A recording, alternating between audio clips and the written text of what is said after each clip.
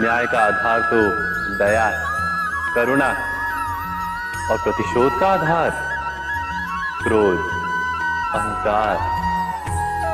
अर्थात हृदय में करुणा धारण किए बिना किसी के अपराध के विषय में विचार करना, किसी को दंड देना क्या अपने आप में ही अन्याय नहीं? स्वयं विचार कीजिए।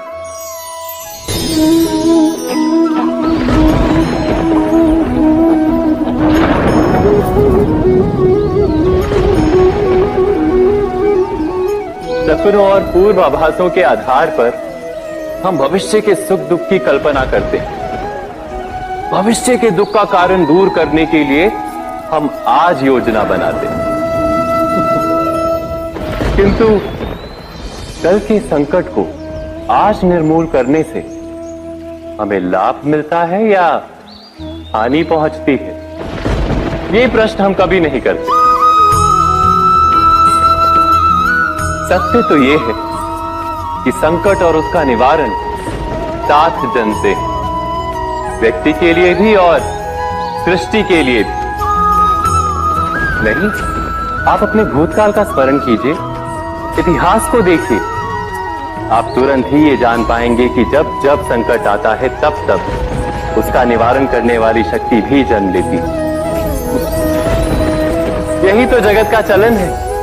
वस्तुतः संकट ही शक्ति के जन्म का कारण है। प्रत्येक व्यक्ति जब संकट से निकलता है तो एक पद आगे बढ़ा होता है, अधिक चमकता है, आत्मविश्वास से अधिक भरा होता है, न केवल अपने लिए अपितु विश्व के लिए भी।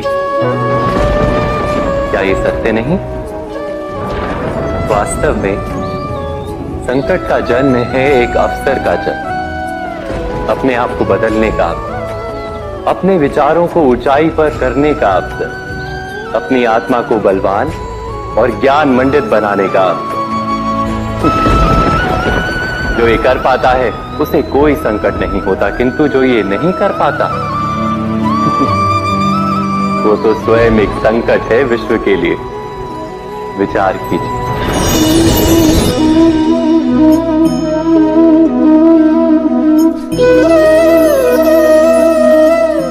परंपरा में धर्म बसता है और परंपराएं ही धर्म को संभालने का कार्य करती हैं, ये सत्य है। पर क्या केवल परंपरा ही धर्म है? विचार कीजिए। सत्य तो यह है कि जिस प्रकार पाषाण में शिल्प होता है, उसी प्रकार परंपरा में धर्म होता है। इस पत्थर में शिल्प है, ये पत्थर शिल्प नहीं। शिल्प को उजागर करने के लिए उसे तोड़ना पड़ता है, अनावश्यक भागों को दूर करना पड़ता है। ठीक उसी प्रकार परंपराओं में धर्म ढूंढना पड़ता है। जिस प्रकार इंद्र पूजा की परंपरा को तोड़कर गोवर्धन पूजा का धर्म ना ढूंढा जाता, तो यादवों को उनकी मुक्ति का मार्ग नहीं मिल पाता। अर्थात परंपरा को पूर्णता छोड़ देने वाला धर्म से वंचित रह जाता है, और परंपरा का अंध अनुकरण करने वाला भी धर्म को प्राप्त नहीं कर पाता। कहते हैं हंस के पास नीर क्षीर विवेक होता है। दूध में मिले पानी को छोड़कर केवल दूध ही ग्रहण करता है। तो क्या सच्चा धर्म प्राप्त करने के लिए हृदय में ज्ञान से जन्मा विवेक आवश्यक है? और ऐसे विवेक के बिना जिसे धर्म मान भी लिया जाए, जो वास्तव में धर्म ना भी हो, ऐसा भी तो हो सकता है। स्वयं विचार कीजिएगा।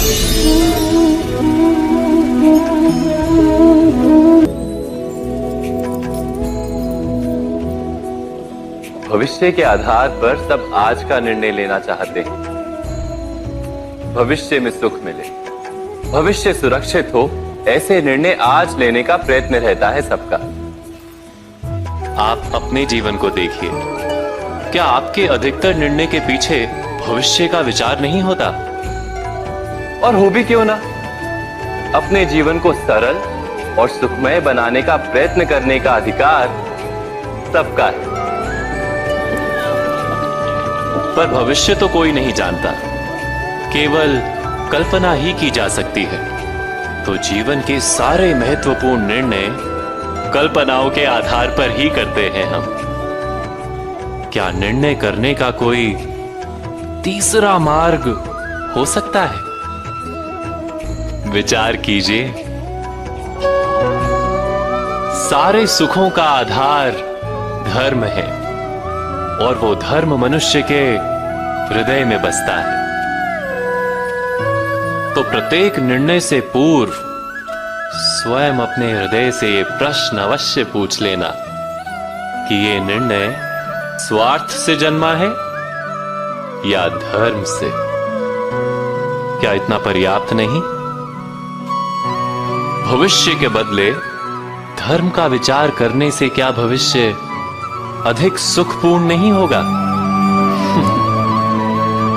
स्वयं विचार कीजिए। व्यक्ति को जब उसके अपराध का दंड मिलता है तब कभी कभी उस न्याय को देखकर मन कचोटता है। प्रश्न उठता है हृदय में कि जब वो अपराध हुआ था तब व्यक्ति भिन्न था। उसके पश्चात उसने इतने पश्चाताप किए, स्वयं में इतना परिवर्तन किया, फिर उसे दंड क्यों मिले? पर जहां आघात होता है वहां प्रत्याघात भी होता है। जैसा कर्म वैसा फल। यदि किसी को प्रेम दोगे तो सुख प्राप्त होगा, यदि किसी की हत्या करोगे तो मृत्यु दंड मिलेगा। जैसा कार्य वैसा ही न्याय। तो फिर प्रायश्चित और पश्चाताप का कोई मूल्य नहीं है? अवश्य है मूल्य। प्रायश्चित और पश्चाताप मनुष्य की आत्मा को बलवान करता है। आने वाले दंड को स्वीकार करने के लिए मनुष्य को तैयार करता है। अर्थात बिना प्रायश्चित के दंड स्वीकार करने का कोई मूल्य है? स्वयं विचार कीजिए।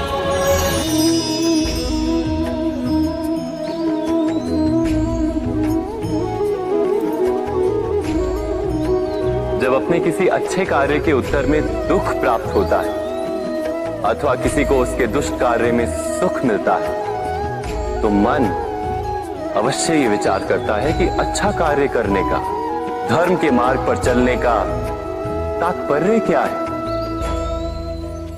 पर दुष्ट आत्मा को क्या प्राप्त होता है ये भी देखिए। दुष्टता करने वाला हृदय सदा चंचल रहता है, अकुलाता रहता है। मन में सदा नए नए संघर्ष उत्पन्न होते हैं। अविश्वास उसे जीवन भर दौड़ाता है। क्या ये सुख? जबकि धर्म पे चलने वाला, अच्छा कार्य करने वाला, सत चरित्र व्यक्ति का हृदय शांत रहता है। परिस्थितियां उसके जीवन के सुख में बाधा नहीं बनती। समाज में सम्मान और मन में संतोष रहता है सदा। अर्थात अच्छा बर्ताव भविष्य में किसी